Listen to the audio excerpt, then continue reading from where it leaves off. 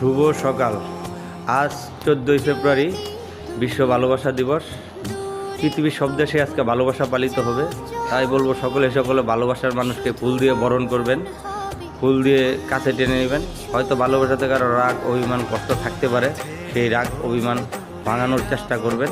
তাহলেই দেখবেন যে ভালোবাসা সামনে সুখ, শান্তি, সমৃদ্ধি এনে দেবে। ওই দেখুন আরেকটি ফুল গাছ, আমার পানি না দেওয়া সেই ফুল গাছে অথচ পাতা নেই, কিন্তু ফুলের অভাব নেই, কারণ আল্লাহ পাকের অশেষ রহমতে এই গাছে এত পরিমাণ ফুল ধরেছে।